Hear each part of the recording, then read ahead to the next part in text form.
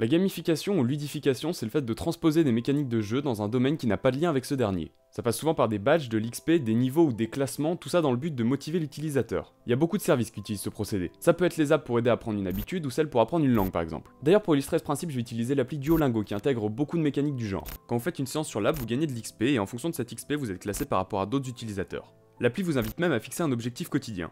En réalisant des exercices, on va gagner des gemmes qui pourront être utilisées par exemple pour acheter des vies supplémentaires ou des skins pour le hibou. Ou la chouette.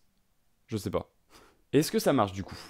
Bien sûr. C'est d'ailleurs pour ça que c'est des techniques qui sont en plein essor aujourd'hui. Cependant, pour beaucoup, on leur a dit que gamifier avait des aspects positifs, donc ils ont juste ajouté des badges et des niveaux. Mais créer un service gamifié de qualité serait plus complexe qu'il n'y paraît, à l'instar de la création d'un bon jeu vidéo. Le jeu est quelque chose de plus en plus fréquent dans les applications, mais aussi dans le monde professionnel, toujours dans l'optique d'engendrer plus de motivation, donc plus de productivité. Le jeu représente un réel moteur pour cette motivation, mais peut aussi permettre de réduire le stress. En transformant le calvaire en challenge, les mécaniques de jeu au travail deviennent alors ultra bénéfiques.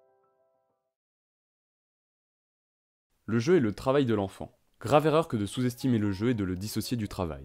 Si ce principe de jeu se retrouve mis en avant dans une société où on pousse toujours plus à la productivité, ce n'est pas pour rien. Se basant sur notre nature humaine, préférant toujours le jeu au travail, la gamification nous pousse à nous dépasser. Outre le divertissement, ce qui rend ce procédé possible, c'est le regard des autres. La possession d'un trophée, d'un badge, d'une meilleure place au classement ou quelque élément que ce soit qui nous donnerait quelque chose en plus que les autres nous pousse vers toujours plus de motivation. C'est quelque chose qu'on retrouve dans certains aspects de la vie quotidienne, notamment avec les cartes de fidélité ou tout simplement avec l'argent. Si les qualités d'un tel procédé sont indéniables pour l'utilisateur, elles le sont bien sûr aussi pour le fournisseur. Couplé à certains éléments de hasard dont j'avais parlé dans ma vidéo sur l'attention, il devient un réel outil pour capter mais aussi garder l'attention des utilisateurs, toujours pour collecter des informations sur lui et cibler les publicités.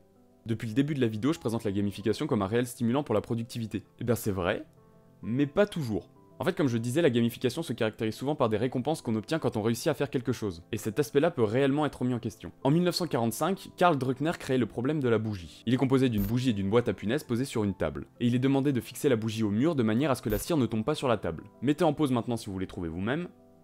Pour les autres, voici la réponse. La solution est généralement trouvée au bout de 5 à 10 minutes. À partir de ce problème, Sam Glucksberg a effectué une expérience. Il a demandé à 2 groupes de résoudre ce problème.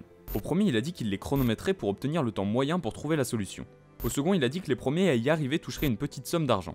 Résoudre le problème a pris 3 minutes et demie en plus au second groupe. La notion de récompense ne marche pas dans tous les cas, au contraire elle bride productivité et créativité.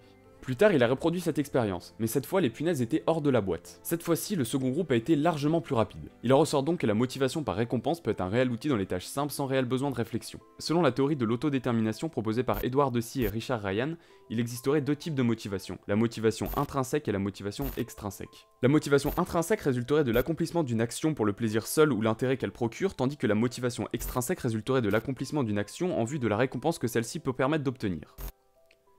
Merci Wikipédia.